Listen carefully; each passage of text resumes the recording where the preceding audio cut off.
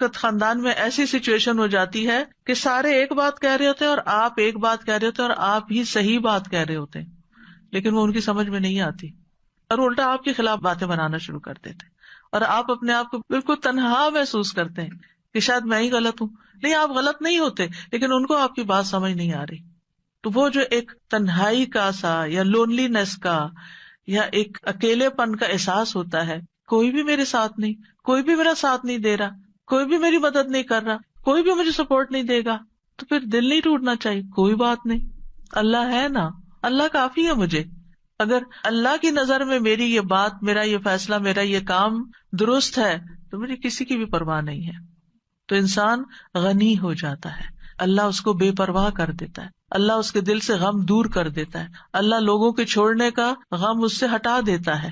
یہ کوئی بات نہیں.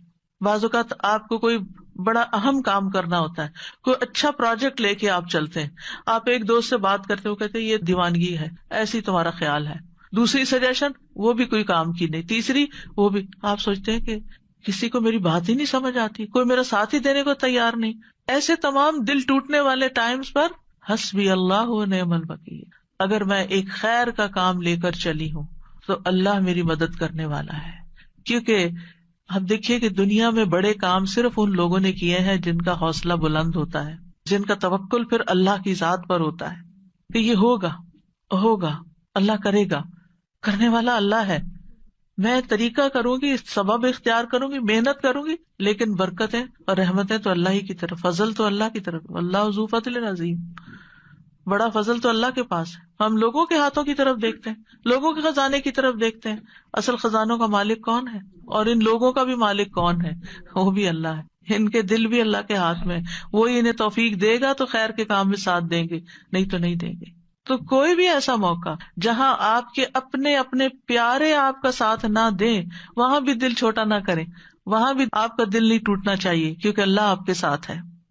تو فَإِن تَوَلَّوْا، اگر یہ منہ موڑ جائیں، آپ کا ساتھ نہ دیں، تو آپ حسبی اللہ کہیں، لا الہ الا ہو کہیں، علیہ توکلت کہیں، وہو رب العرش العظیم کہیں.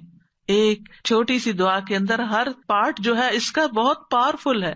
یعنی اللہ مجھے کافی ہے، اللہ کے سوا کوئی معبود نہیں ہے، میرا بھروسہ اس پر ہے، مجھے اس کی مدد کا یقین ہے، میں اس کی طرف رجوع کرتا ہوں، وہ میری مدد کرے گا، وہ ساری مخلوق کا مالک، اور مخلوق میں سے سب سے عظیم ترین مخلوق کا بھی وہی رب ہے، وہی مالک ہے، وہی خالق ہے، تو میں اس کا سہارا لیتا ہوں.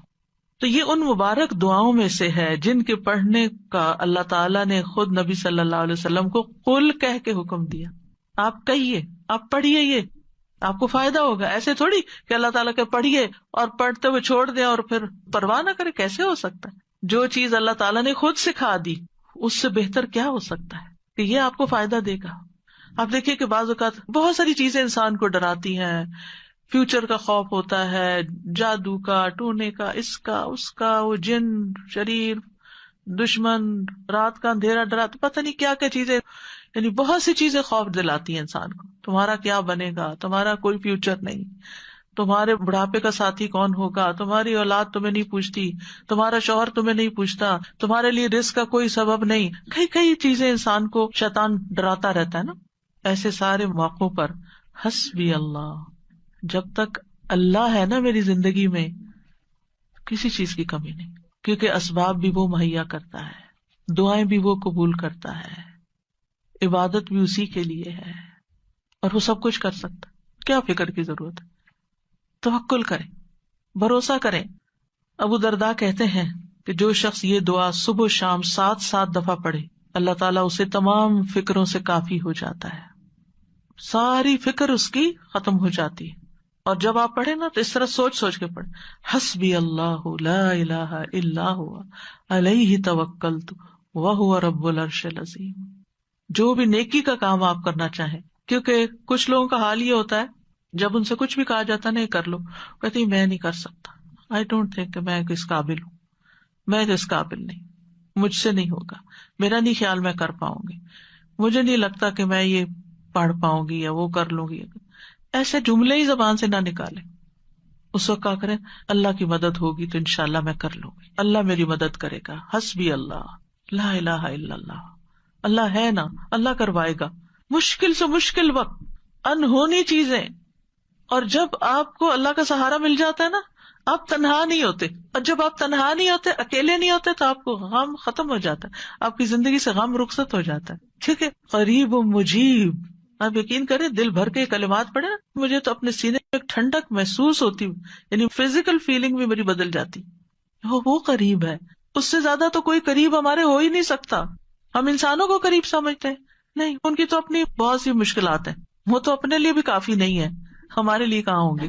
اور پھر میری دعاؤں کو بھی وہ سننے والا ہے، اس لیے مجھے کس بات کا فکر ہو، کس بات کا غم. تو یہ دعا دین و دنیا کی پریشانی دور کرنے کا ذریعہ ہے، ہر مصیبت سے کفایت کرتی ہے جو بندے کو پریشان کرتی ہے.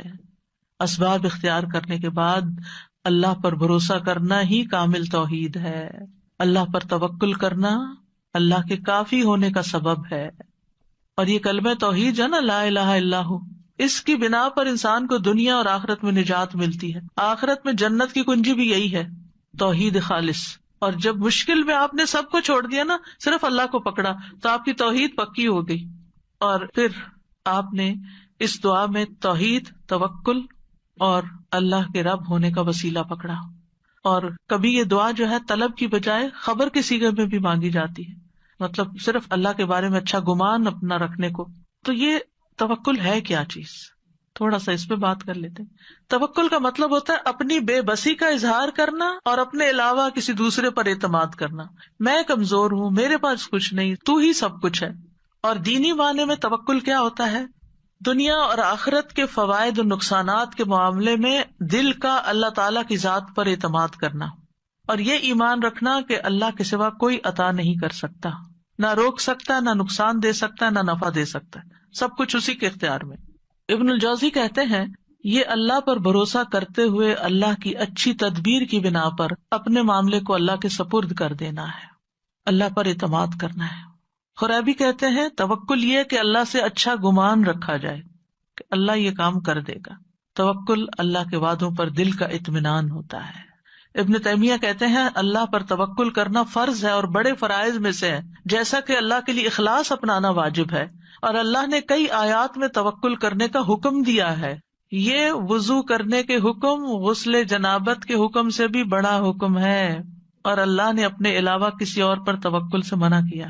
یعنی وضو کا حکم تو ایک دفعہ آیا نا، جنابت سے غسل کا حکم تو قرآن میں ایک دفعہ آیا، توکل کا حکم کئی دفعہ آیا. تو ہم وضو کا اہتمام تو ضرور کرتے ہیں، پاکیزہ ہونے کا اہتمام کرتے ہیں، لیکن جب توکل کی باری آتی ہے تو ہم فیل ہو جاتے ہیں، وہ ہمیں یاد نہیں رہتا. پھر سعید بن جبیر کہتے ہیں اللہ پر توکل کرنا ایمان کا خلاصہ ہے. ابو محمد سہل کہتے ہیں مقامات میں توکل سے زیادہ باعزت کوئی اور مقام نہیں. اللہ تعالیٰ اپنے نبی کو حکم دیتے ہیں فَتَوَكَّلْ عَلَى اللَّهِ إِنَّكَ عَلَى الْحَقِّ الْمُبِينِ، پورا کانفیڈینس دیا، آپ اللہ پہ بھروسہ کیجئے، آپ واضح حق پر ہیں، آپ سچ پر ہیں. ایک اور جگہ پر ہے وَتَوَكَّلْ عَلَى الْحَيِّ الَّذِي لَا يَمُوتُ وَسَبِّحْ بِحَمْدِهِ، اس زندہ ہستی پر بھروسہ کیجئے، یعنی اللہ پر جو نہیں مرے گا، اور اس کی حمد کے ساتھ تسبیح کیجئے. ہم کس پر بھروسہ کر رہے ہوتے ہیں؟ انسانوں پر جو کہ ختم ہو جانے والے. مومنوں کو حکم دیا وَعَلَى اللَّهِ فَلْيَتَوَكَّلِ الْمُتَوَكِّلُونَ، وہ توکل کرنے والوں کو اللہ پر توکل کرنا چاہیے. رب المشرق والمغرب لا الہ الا هو فاتخذہ وکیلا، مشرق اور مغرب کا رب ہے، اس کے سوا کوئی معبود نہیں، سو اسی کو کارساز بناؤ، اس کو اپنا کام درست کرنے والا سمجھو. توکل اللہ پر ایمان ہونے کی علامت ہے. توکل وہی کر سکتا ہے جس کا اللہ پر ایمان ہو. جس کے پاس ایمان نہیں اس کا توکل بھی نہیں ہوتا. جتنا ایمان زیادہ ہوگا اتنا توکل زیادہ ہوگا، جتنا ایمان کم ہوگا اتنا توکل کم ہوگا، جتنا توکل کم ہوگا اتنا ایمان کم ہوگا، جتنا توکل بڑھے گا اتنا ایمان بڑھے گا. دونوں لازم ملزوم ساتھ ساتھ بڑھتے جاتے ہیں. یہ اسلام لانے کا تقاضا ہے. موسیٰ علیہ السلام نے کہا میری قوم ان کنتم آمنتم باللہ فعلیہ توکلوا ان کنتم مسلمین، اگر مسلمان ہو نا تو پھر دشمن سے نہیں ڈرو، اللہ سے ڈرو، اللہ پہ بھروسہ کرو، کیونکہ نفع نقصان کا مالک تو صرف وہ ہے. بندوں پہ جب آپ بھروسہ کرتے ہیں نا وہ بھول جاتے ہیں، اوہ سوری آپ نے یہ کام کہا تھا، سوری یہ وجہ ہوگی تھی میں ٹائم پر نہیں پہنچ سکا. کئی مشکلات ان کی زندگی میں ہوتی ہیں، وہ خود بھی نہیں رہتے. لیکن اگر آپ اللہ پہ بھروسہ کرتے ہیں تو اللہ تعالیٰ کو ہمیشہ ہے، ہمیشہ رہے گا، اور وہ ہمیشہ مدد کر سکتا ہے. حالات تبدیل ہوتے رہتے ہیں، لوگ آپ کی زندگی میں تبدیل ہوتے رہتے ہیں، جگہیں تبدیل ہوتی رہتی ہیں، سچویشن تبدیل ہوتے رہتے ہیں، لوگوں کی لائلٹیز تبدیل ہوتی رہتی ہیں، لوگوں کے دل بدلتے رہتے ہیں، مالی حالات بدلتے رہتے ہیں. اس دنیا میں ہر لمحہ ایک چینج آ رہا ہوتا ہے، غیر محسوس چینج، اور بعض اوقات ہم اس کو ٹیکل نہیں کر سکتے کیونکہ ہمارے اندر بھروسہ نہیں ہوتا، توکل نہیں ہوتا. جو توکل کرتا ہے وہ ہر تبدیلی کے اندر کام ہوتا ہے. موسم بدل رہا ہے، کوئی بات نہیں، کوئی بھی چیز پسند کے خلاف، کوئی بات نہیں، سب ٹھیک ہو جائے گا. تو اللہ سبحانہ وتعالی نہ ہم سے غافل ہے اور نہ ہی ہم سے دور ہے، اس لیے کسی اور کو کارساز بنانے کی بجائے اسی کو سہارا سمجھا جائے، کیونکہ جو اللہ کے سوا دوسروں کو سہارا بناتا ہے تو ایسے سہارے کمزور ہوتے ہیں. مکڑی کا گھر، اس کی مثال دی گئی قرآن میں. تو ہر کام کا ارادہ کرنے کے بعد اللہ پہ بھروسہ کرے. فَإِذَا عَزَمْتَ فَتَوَكَّلْ عَلَى اللَّهِ، عزم کر لیا توکل اللہ پر.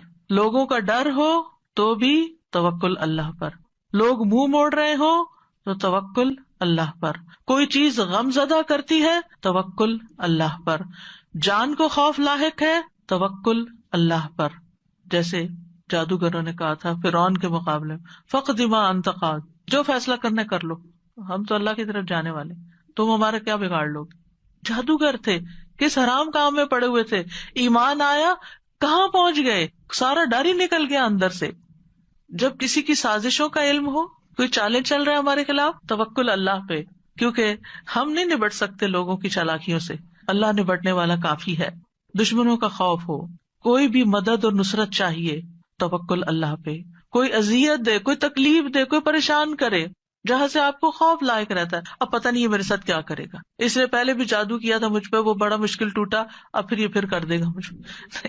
عام طور پہ لوگوں کی یہ ذہنی کیفیت رہتی ہے نا، وہ فلاں آیا تھا نا، مجھے نظر لگ گئی تھی، اب یہ پھر آ گیا ہے، اب پھر یہ کچھ کر کے جائے گا.